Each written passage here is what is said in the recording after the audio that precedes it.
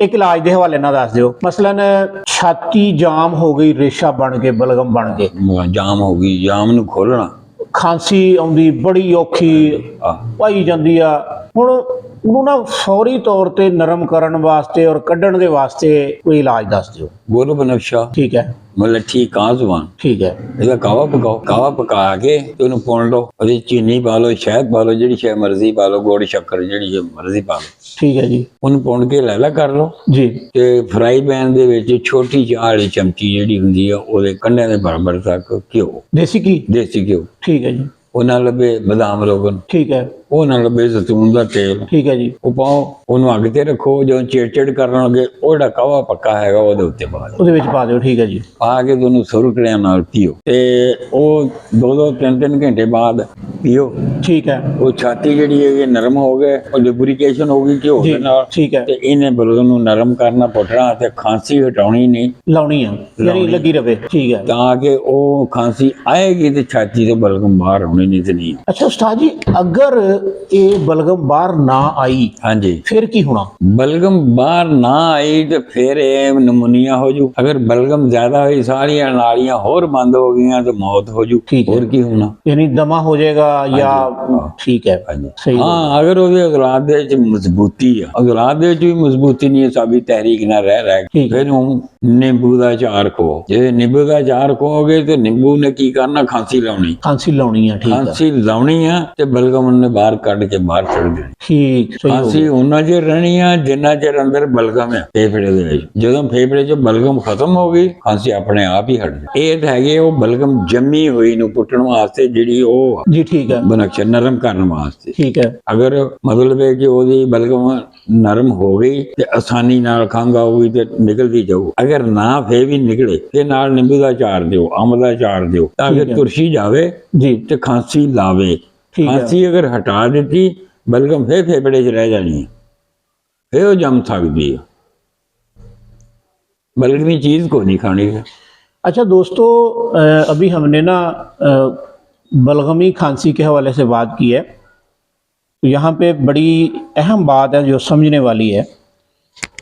देखिए, आपने देखा होगा कि दमे के मरीज़ बन जाते हैं, यानी अस्थमा हो गया, ज़िकुन नफ्स भी हम उसे कहते हैं, सांस की नालियों की तंगी हो गई, बलगम रेशा रहना शुरू हो गया, या खांसी पुरानी हो गई है। तो इसमें जो सबसे अहम बात है ना वो यही है कि जब पहली दफ़ा खांसी होती है, बलगम बनती है, तो उसके गलत इलाज की वजह से वो बिगड़ जाती है।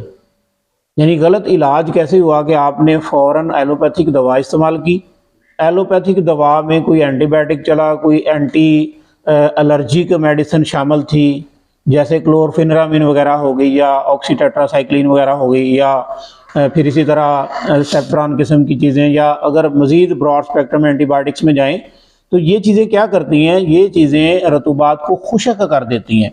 अब जब बलगम शुरू हुई है तो इन्होंने क्या किया, बलगम को खुश्क करके और गाढ़ा कर दिया। ये बलगम निकलनी चाहिए थी, ये निकली नहीं, ये नालियों में जम गई। वक्ती तौर पर सुन करने की वजह से खांसी तो रुक गई किसी नशावर चीज़ की वजह से, जैसे एफिड्रिन वगैरह होती है या इस तरह की और चीज़ें जो है जो इस्तेमाल करते हैं, तो उसकी वजह से वक्ती तौर पे खांसी तो रुक जाती है, लेकिन वो जो बलगम होती है वो सांस की नालियों में रुक कर जम जाती है। जब वहाँ पे जमती है तो थोड़े थोड़े अरसे के बाद मरीज़ बार बार खांसी में बीमार होना शुरू हो जाता है।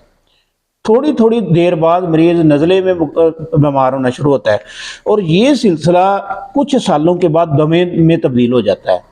अगर आप चाहते हैं कि आप सांस के हवाले से, फेफड़ों के हवाले से, सांस की नाली के हवाले से अगर आप सेहतमंद रहना चाहते हैं, अगर आप दमे के मरीज़ नहीं बनना चाहते, या अगर आप कार्डियोवैस्कुलर डिजीज़ में नहीं जाना चाहते, तो फिर आपको इस बात को समझना होगा कि मर्ज़ को दबाना नहीं है, मर्ज़ को ठीक करना है।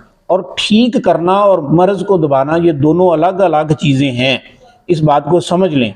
तो अब क्या है कि अगर आपको खांसी लगी है और उसमें साथ में बलगम है और बलगम गाढ़ी हो गई है और वो निकल नहीं रही, मुश्किल से निकल रही है या बड़ा जोर लगाना पड़ रहा है, तो इसमें याद रखें कि यहाँ पे बलगम को खुश्क करने वाली कोई दवाई आपने इस्तेमाल नहीं करनी।